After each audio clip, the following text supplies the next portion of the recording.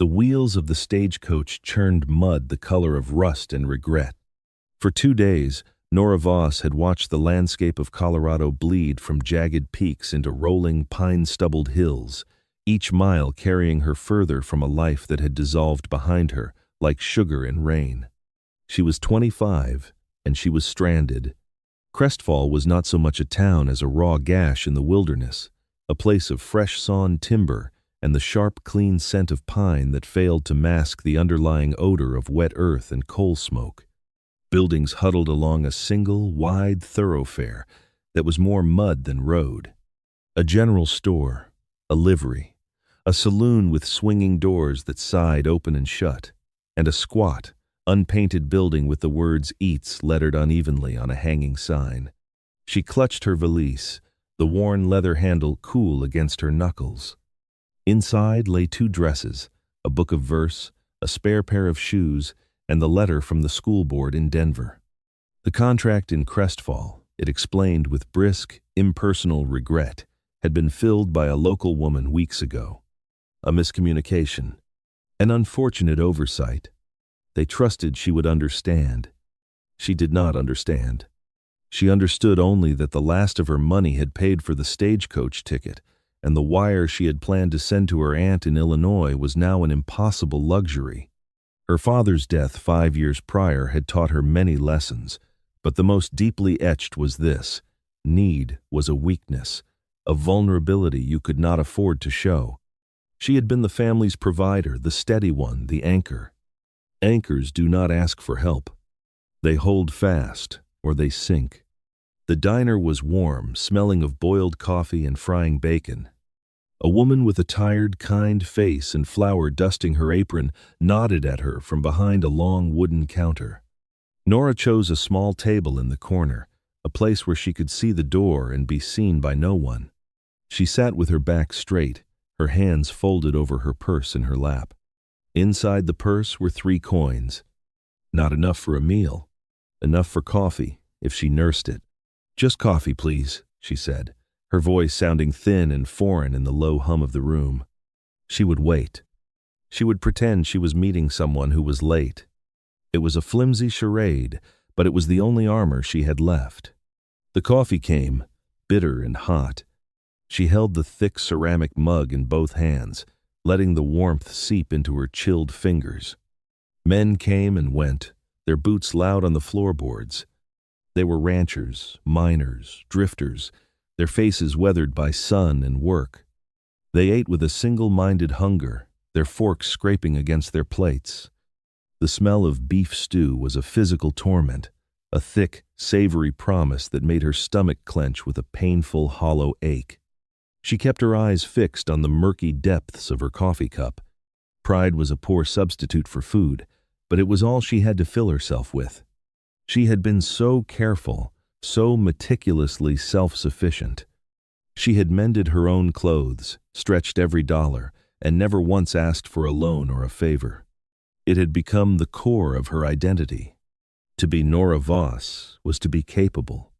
To be in need was to be someone else, someone she refused to become. He entered without a sound that rose above the room's low murmur, but his presence shifted the air. She felt it before she saw him, a kind of quiet solidity. When she finally risked a glance, she saw a man standing near the counter, speaking in a low voice to the woman who had served her. He was tall, dressed in worn denim and a leather vest over a plain wool shirt. His hat, held in his hand, was stained with sweat and dust. He was not handsome in the way of city men, with their sharp suits and smooth faces. His features were carved by wind and work, his hands broad and calloused. He was a man who belonged to the land, not the town. A ranch foreman, she guessed, by the quiet authority in his stance. He turned his head slightly, and his eyes met hers across the room. They were a clear, steady gray, like a winter sky. There was no judgment in his gaze, no pity, just a long, quiet assessment. A moment. Then he turned back to the counter. Nora's heart hammered against her ribs. She felt seen. Not just her presence in the corner, but the truth of her situation, as if her flimsy pride were a pane of glass. She dropped her gaze back to her cup, her cheeks burning. A few minutes later, footsteps approached her table. Slow, deliberate. She did not look up. A plate was set down on the checkered oilcloth, gentle and firm. The scent of it rose to meet her rich beef stew, thick with potatoes and carrots, and a slab of dark bread beside it. A chair scraped against the floor as he sat down across from her, uninvited. She finally lifted her head. It was the man with the gray eyes. He had a mug of coffee for himself, but no food. He looked at her, his expression unreadable but not unkind. "You don't have to eat alone, miss," he said. His voice was low and even, a gravelly baritone that seemed to absorb the room's noise. Nora stared at him, then at the plate. A torrent of responses flooded her mind. "I can't pay for this. I don't need your charity. Who are you?" But the words caught in her throat. The simple, undeniable fact of the food in front of her, of this man's quiet presence, cracked something deep inside her. The wall she had so carefully constructed around her heart, the one built of pride and lonely competence, splintered. A single tear traced a hot path down her cheek. She swiped it away angrily, mortified. He did not acknowledge it. He simply took a sip of his coffee and looked out the window as if the weather were the most interesting thing in the world. He asked nothing. He demanded nothing. He was simply there. She picked up the fork. Her hand trembled. The first bite was an agony of relief. The stew was hot and substantial, the meat tender, the gravy rich. It was the most delicious thing she had ever tasted. She ate slowly at first, then with a hunger that shamed her.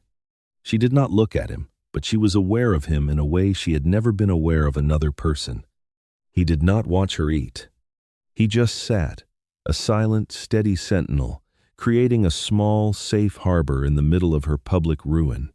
When she had finished, sopping up the last of the gravy with the bread, she set her fork down. The plate was clean.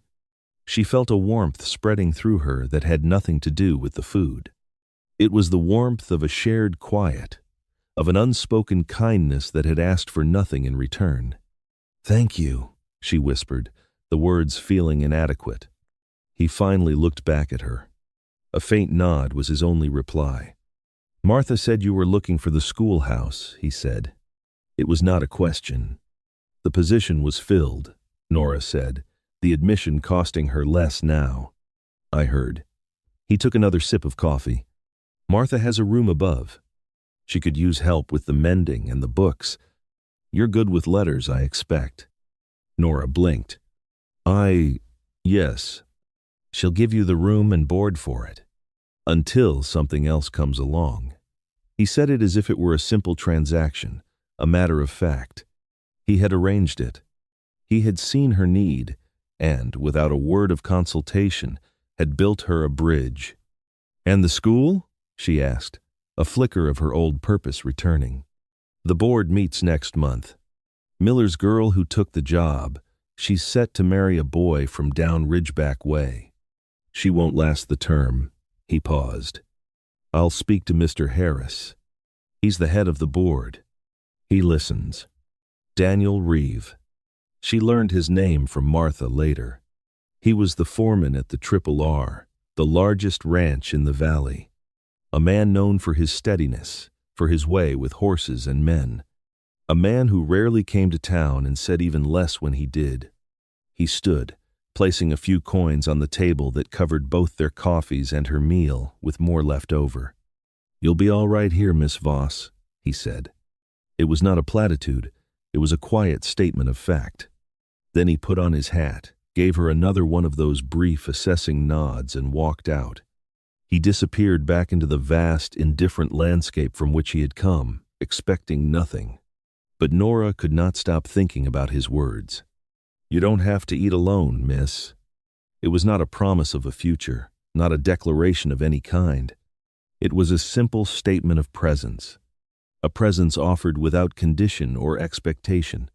It echoed in her mind as she swept the diner floors, as she patched worn shirts for borders, as she lay in the small, clean room above the kitchen, listening to the sounds of the town settling into sleep.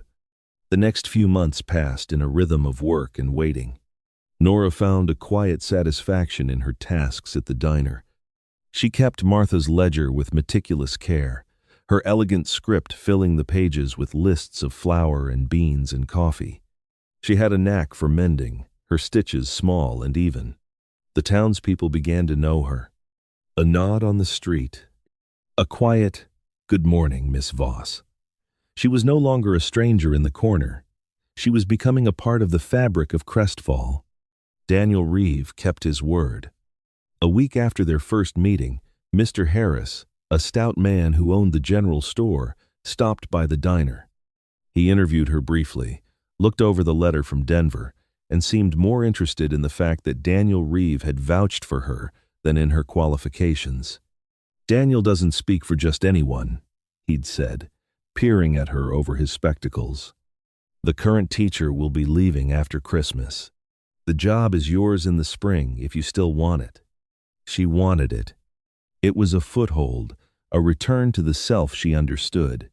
She saw Daniel only when he came to town for supplies, which was not often. Their encounters were shaped by plain necessity.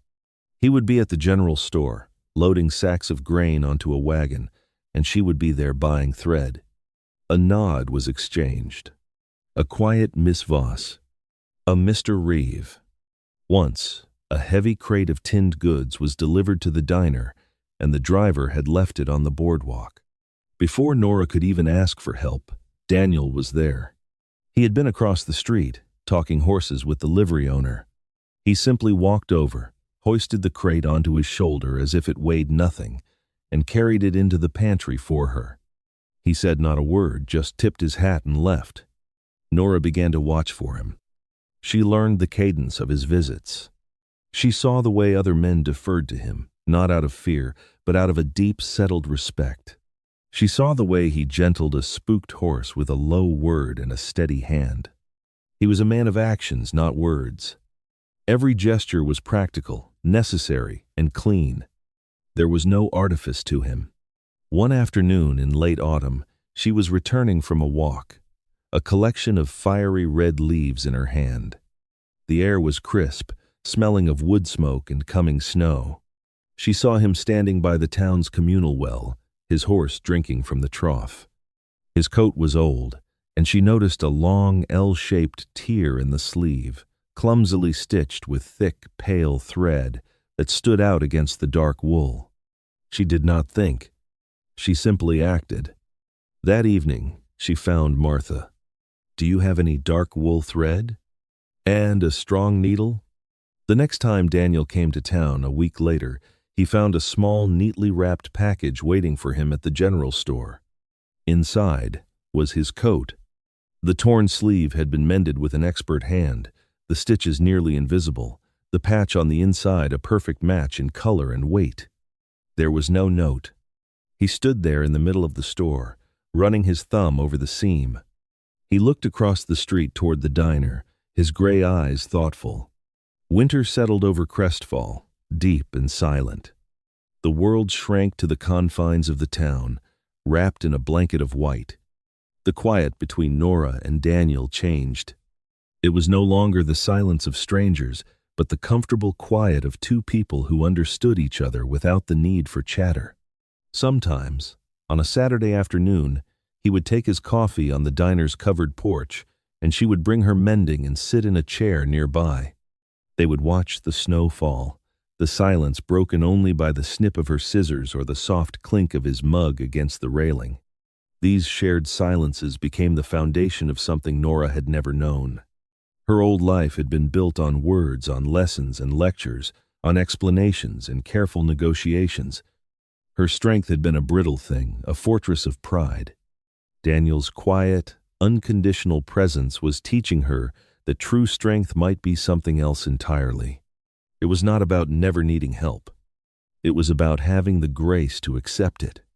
It was about recognizing that a man who offered his presence without demanding anything in return was rarer and more valuable than any promise she had ever been given. It was a slow, quiet thaw inside her. The lonely, self-sufficient girl who had arrived in Crestfall was beginning to feel like a stranger. In her place was a woman who was learning to believe that she did not have to face the world alone. Just as this new, quiet comfort began to feel normal, its fragility was exposed. Mr. Peterson, the manager of Crestfall's small bank, began to call on her. He was a kind man, a decade her senior, with a gentle smile and a reputation for unimpeachable honesty. He was a widower, lonely and looking for a wife to make his neat house a home. His courtship was proper and public. He brought her a small bouquet of winter roses he had ordered from Denver. He invited her to sit with him at the Sunday service in the town's small church. He spoke to her of his work at the bank, of his plans to expand his house in the spring. He was offering her security, respectability, and a life free from the toil of a diner. He was offering her everything a sensible woman was supposed to want. The town noticed immediately. Martha began to look at her with a speculative, encouraging glint in her eye. "Mr. Peterson is a fine man, Nora," she said one afternoon as they folded laundry together. "A good provider. You could do much worse." Nora knew she was right. Mr. Peterson was a good man. His attentions were flattering, and his intentions were honorable, but his presence felt loud. His conversation, though pleasant, was a constant stream of words that seemed to demand a response, a performance of interest she did not feel. When she was with him, she felt a profound sense of exhaustion. His kindness was a transactional thing. He was offering a comfortable future in exchange for her companionship. It was a fair trade, but it felt hollow. It was nothing like the settled quiet she shared with Daniel Reeve. One Saturday, Daniel was in town. It was a cold, clear day, the snow crunching underfoot. He was loading supplies onto a sled when Mr. Peterson arrived at the diner to walk Nora home from her afternoon's work. He took her arm with a proprietary gentleness, smiling down at her. From across the street, Daniel saw it. He stopped what he was doing, a sack of flour held halfway to the sled. He just stood there, watching them walk away, his face unreadable, still as a statue carved from winter granite. He did not move until they had turned the corner and disappeared from sight. Later that day, he was at the livery, checking the shoe on his horse. Silas, the old man who ran the place, a man with eyes that missed nothing, spat a stream of tobacco juice into the snow. "That banker's a persistent fellow," Silas said, not looking at Daniel, his attention seemingly on a piece of harness leather he was oiling. Daniel just grunted in response, running a hand down his horse's leg. "Courting the schoolteacher proper," Silas continued, his voice dry as dust. "Brings her flowers. Walks her home. Talks about adding a room to his house." He paused, wiping his hands on an oily rag. He finally looked at Daniel, his gaze sharp. "You have a remarkable inability to see what's standing right in front of you, Reeve." Daniel straightened up slowly. His gray eyes narrowed. "What's that supposed to mean, Silas?" "It means the whole town's been watching you two orbit each other like the Earth and the Moon for months. It means a good woman like that won't wait forever for a man to find his tongue. Peterson's a good man, but he ain't the right man. And if you're too slow to see it, you deserve the lonely life you'll get." A silence fell in the stable, thick with the smell of hay and liniment. Silas had said his piece. He went back to his work, leaving Daniel standing in the cold shadows. The words struck Daniel with the force of a physical blow. Too slow. He had always been a deliberate man. He thought before he acted. He measured twice, cut once. It was how he ran the ranch, how he handled men, how he lived his life. He had thought he was giving her space, letting her find her feet. He had seen their quiet moments as enough, a comfortable routine that would simply continue. He had not considered that another man would step into the space he had so carefully left open. The image of Peterson taking her arm filled his mind. It was not the gesture itself that bothered him, but the meaning behind it. The easy claim, the public declaration. Silas was right. He was standing by, watching another man walk through a gate he hadn't even realized was his to guard. That night, he did not sleep. He lay in his bunk in the ranch house, staring into the darkness, the quiet of the room pressing in on him. He had spent his life building things, fences, barns, a reputation. He had prized his own self-sufficiency as much as Nora had prized hers. He had never needed anyone. But the thought of Nora's life intertwining with Peterson's, of her smile belonging to another man, of her quiet presence gracing another man's home, created a profound and hollow ache in his chest. It was a feeling he had never experienced before. It was the feeling of loss for something he had never claimed. He had offered her a plate of stew because he couldn't stand to see her pride starve her. He had spoken to Harris because it was the right thing to do. He had carried her crate because it was heavy. His actions had been simple, practical responses to immediate needs. He had never examined the impulse behind them. He had never given it a name. Now, in the cold, dark room, he gave it a name. He rose before dawn, his decision made. It was not a grand, romantic revelation. It was a simple, solid certainty like a fence post set deep in the earth. He was a slow man, but he was not a fool. He rode into Crestfall as the sun was just beginning to touch the peaks with pale, rosy light. He did not go to the diner. He waited. He knew she took a walk before starting her day, a brief circuit around the edge of town where the buildings gave way to the pines. He hitched his horse outside the general store and stood on the boardwalk, waiting, the cold air sharp in his lungs. She appeared just as the town was beginning to stir, wrapped in a heavy wool shawl. She stopped when she saw him, a look of surprise on her face. He walked to meet her, his boots sounding loud on the wooden planks. He stopped a few feet from her, taking off his hat. The morning light caught the silver in his dark hair. "Miss Voss," he began, his voice rougher than usual. "Nora." Her name on his lips sounded both strange and perfectly right. He gestured vaguely toward the street. "I have been slow about this." Too slow. He met her eyes, and his gaze was direct, stripped of all its usual reserve. "I see Mr. Peterson calling on you. He is a good man, a fine man." He took a breath, the words coming out in a rush, as if he feared they would desert him. "But I find I do not wish him to be the one." A pause. The air between them was electric. "I am not a man of many words, you know that," he said, his voice dropping lower. "But my life has been quieter since you arrived, and I find I do not want it to go back to the way it was before." He looked down at his hat, turning the brim in his hands, then forced himself to look back at her. "I would like to stay, Nora. Not just in Crestfall, but with you. I would like to ask your permission to court you. And if you'll have me, I would like you to be my wife." He had said it. The words hung in the cold, clear air between them. He stood there, exposed, vulnerable, waiting. He had built his life on the solid ground of action, and now he was adrift on the uncertain sea of words. Nora looked at him, at this steady, quiet man who had shown her a kindness so profound it had reshaped her world. She had been waiting for this, not for the words themselves, but for the certainty behind them. She had seen it in his eyes for months, a deep, unspoken current. She had known that if she were patient, he would find his way. Mr. Peterson had offered her a house. Daniel Reeve was offering her a home. A slow smile spread across her face, a genuine, radiant smile that reached her eyes. It was a smile he had never seen before. "You got there, Daniel," she said softly.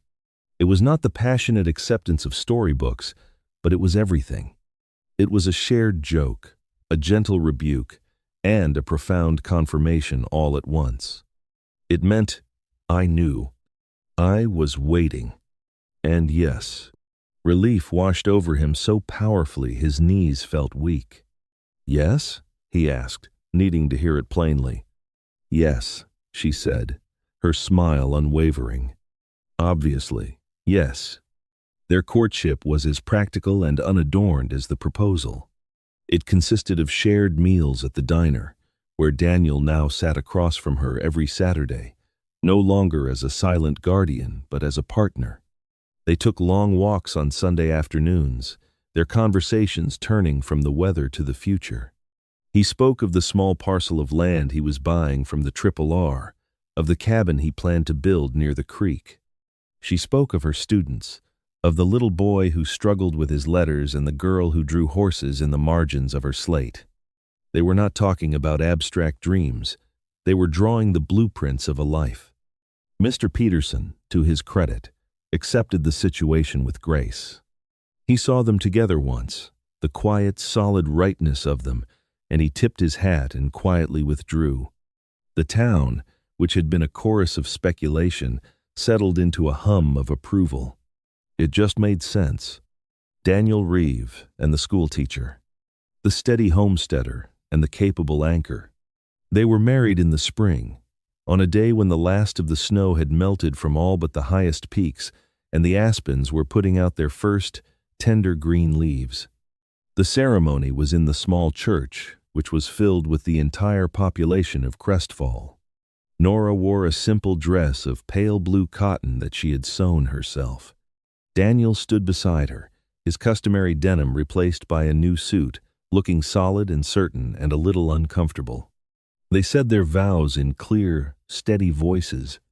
When the preacher pronounced them man and wife, Daniel did not kiss her with fiery passion. He leaned down and brushed his lips against hers, a gesture as gentle and sure as his hand on a nervous colt. It was a promise. 6 years later, Nora Reeve sat on the porch of their cabin, a mending basket in her lap. The cabin stood in a small meadow, the sound of the creek a constant gentle murmur in the background. The sun was setting, painting the sky in shades of orange and violet. Daniel came and sat in the chair beside her, setting 2 mugs of coffee on the small table between them. He leaned back with a sigh, the day's work done. A small boy with his father's quiet gray eyes and a shock of dark hair was determinedly trying to build a dam of pebbles in the creek. A younger girl, her hair the same warm brown as Nora's, was chasing fireflies, her laughter like tiny bells in the twilight. Nora took a sip of her coffee and made a face. "You still make it too strong, Daniel." He looked over at her, a slow smile touching the corners of his mouth. "And you still think you can change me?" "Some things, perhaps," she said, her eyes twinkling. "Your coffee is a lost cause." He reached over and took her hand, his thumb tracing patterns over her knuckles. It was a familiar gesture, one that spoke of years of shared days and silent understanding. His hand was rough with calluses, but his touch was gentle. "I'm not a slow learner in all things," he said softly, his gaze holding hers. In his eyes, she saw it all. The diner, the plate of stew, the years of quiet work and shared silence that had followed. She saw the man who had not offered her flowery promises but had given her something far more real, his presence. He had sat with her in her loneliest moment and had never really left. She leaned her head against his shoulder, the rough wool of his shirt familiar and comforting. They sat there together, watching their children play as the first stars began to prick the darkening sky, the quiet between them full and settled and complete. Some foundations are not built on grand passions or shouted declarations. They are built on quieter, more solid things. They are built on the steady offering of presence, on a shared silence that says more than words ever could. They are built on a plate of stew set on a table for a stranger. They are built on the simple, profound courage of a man who looked at a woman walled in by her own pride and said, with no expectation of reward, that she did not have to be alone. And in that simple act he gave her not just a meal, but a home.